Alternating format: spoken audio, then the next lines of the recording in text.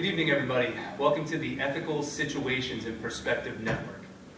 Every month, we take an in-depth look at small businesses around the country pertaining to their ethical issues. This month, we've got a doozy for you. We're taking a look at Best Look Boutique, a small business based out of Cincinnati, Ohio, where we've actually obtained some video footage from a recent boardroom meeting. Now, Best Look has some current privacy issues going on in their workplace, so let's take a look at these issues.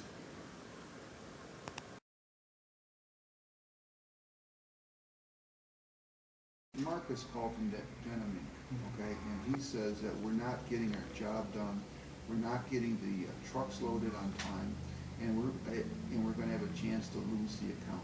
We can't afford to lose the account. We have to get the job done. I walked down there and I saw Donald, who's in charge of shipping, just pushing a tub around with the truck sitting there empty. He's not going to make that turn in 2 hours. I need to know how Donald and his partner, Wesley, are communicating. I need to know what is the root of the problem. I need to know how they got to this. I need all of their emails, I need all of their text messages, and I want to know what in the world is going on, and we're going to review them. Are you sure? Yes, I want them. Give them to me. I don't care. I want these things. These emails and text messages are all done on company information. There's no reason that I can't see them. Tell you what, that president is no joke.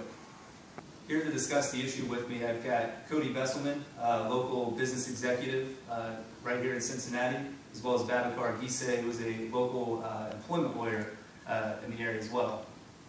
Cody, got to say, based on this guy's decision, I'm foreseeing a not top 10 in my future. Well, I couldn't disagree.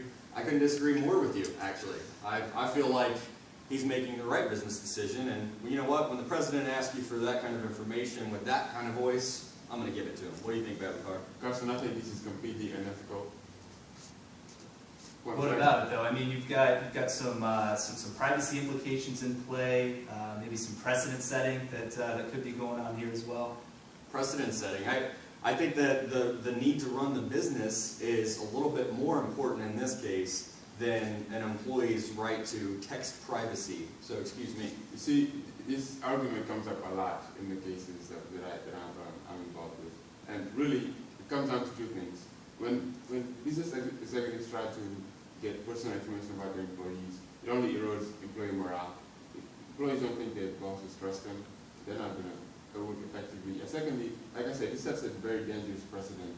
Whereas you start out with emails, and next thing you know, you're collecting even more personal information. I understand what you're saying. However, there was a business need and reason for that decision. It wasn't like the president is just saying, well, I don't like employee A, B, or C.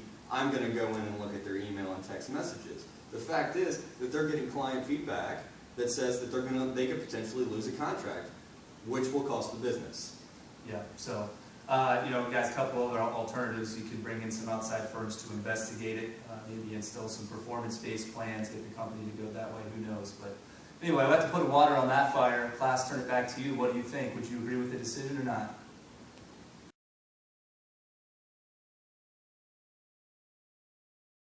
We got our customer survey results back, okay, and we got low marks in this thing. How are you going to help me get these marks? Well, the first thing I would say do is training, but we've seen to have tried that and it's not working. And we've tried motivation and we don't seem to either know how to motivate or motivation doesn't seem to impel them. So what I've found is this new product, and I think this is the answer. It's called the Mood Reader. So the employee wears it, they put it on their wrist, and it gives us actual feedback. We have concrete information, feedback on what happened. So you have the customer come in and you have the transaction, and the customer says, this person was rude to me, they were not listening to what I was saying, they're not answering my questions. And of course, your employee is going to say, oh, no problem, I was polite, I did everything. But this gives you actual, factual information, and then you can say, all right, look, you were not performing, and you have a printout that says what their mood was, and if the mood says clearly they were hostile, you have actual documentation, and you can follow it up with your day, you know, give them a warning slip that shows, here's your printout, here's everything. Because of course they're not gonna say, yeah, I was in a bad mood that day. What do you think? Do you think this is a plausible solution? Oh, let's try it, Michael, let's try it and see what happens. I don't know, it sounds like an interesting idea. I'm not sure if I'm on board with it. I mean, mood reader, I hardly knew her, right, Cody? I mean, what do you think here? Look, the facts are that this is a trial run, okay? It's not intended for the entire company. Secondly, it's for high-end clients. It's not for the entire employee population. These are high-end clients that spend a lot of money at this business, and they need those clients. And another point is they're signing a release, and they get an increased pay while they're on this trial run. So there are employee benefits to the decision. Babacar, what do you think? Carson, I think the fact that we're sitting here talking about whether an employer can force employees to wear a bracelet. Seems a little bit invasive, doesn't it? I think it's a disaster Yeah. to society. I mean, this is a huge invasion of privacy. And I think what's going on is executives are going way overboard. Where's HR? Well, hold on. Now, speaking of HR, I think that that's actually a really good transition point, Babacar. Look at the data that you could get. If there was a time during the day where employees were extremely irritable or tired, whatever the case may be, and the customer satisfaction is going down, we give them breaks at that time. I think that that's a great idea. What do you think? I think this is making some huge assumptions about the relationship between mood and performance. I mean, mood is a domain of privacy that's not even, you don't even share your mood all the time with your partner. Your partner, so are you going to be comfortable sharing it with your employer? What I'm asking. Well, I think that the point is that the business should come first over the employee's decision to opt in or out. The fact is that HR and the company would have documented proof and would know where to go and have a direction to make better decisions. Yeah, they might be able to use the data that way.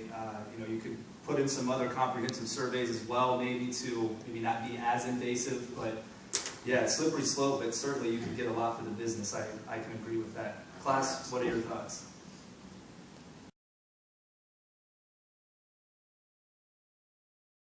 Next topic up for discussion today, it's been probably about a year. A year ago, we offered to all of our employees some health and wellness screenings, just as a perk. And we thought this was a good idea, you know, a goodwill gesture or something. So now we have all the results of what happened. We have the screenings, the results, you know, who's a smoker, who has diabetes, who's 50 pounds overweight, who has high blood pressure. We have that information. Oh, I like this. I think this is going to be good for us, okay? Because I can weed out the people that potentially are going to increase our premiums, you know, and just try and move them out, you know, in other terms, so that way I can get this, you know, get these people off our expenses. Are you sure you can do that? Yeah. They signed something and disclosed it to us. We have the right to Well, it. I know they signed a waiver prior to. We did have them sign a waiver. That was part of the that they would disclose the results. In order to get this, they had to sign a waiver. Yeah, once they sign the waiver legally, we're allowed to have it. I got the permission. What's your take? I honestly think it's a very good idea. It's going to cost us, though, in unemployment fees, because we're going to lose there. But the cost of the unemployment is a heck of a lot less than the cost of the health insurance. So it's probably a good idea to do it.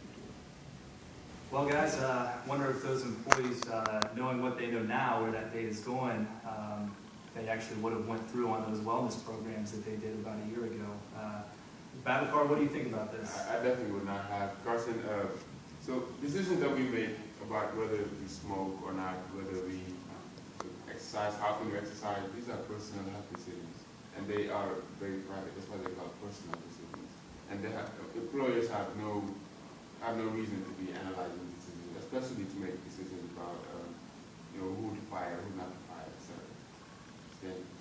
Well, I disagree. I think that the employers have every right to go in and look at their employees and make sure that they are covering the bottom line, because without watching their bottom line and their health care costs and things like that, then there may not be a business to run, meaning no jobs. This argument, I'm getting tired of hearing it, but going back to this quote that was offered, this free health this health screening offered, the employees never knew that this was going to be used for decisions about their performance. Well, whether you like the argument or not, So, Didn't they sign the disclosure though? I mean, they knew what was going to be in there. Carson, what was the last time you read a disclosure? Well, usually I don't, but I feel like on an employment contract. My point is made, I think, now. No one reads disclosures, so there's no use in saying, Well, when they it comes signed to it. your employment, I mean, shouldn't you know what's going on? I mean, I guess you could say that these people didn't read it as well, but I mean, that's kind of the bottom line. I would think that they signed this thing. Right? well, they signed it, and even if you wanted to look at it from a different perspective, I mean, what about a healthy work environment? What about not having to be around secondhand smoke and be around, people missing work and causing productivity to go down, things like that? You say you don't want to hear about the bottom line, but the fact is that's business. And what are we talking about if we're not talking about that? We're talking about people and their rights to make decisions about how they want to live and not have those impact them negatively. Okay. Guys, all valid points.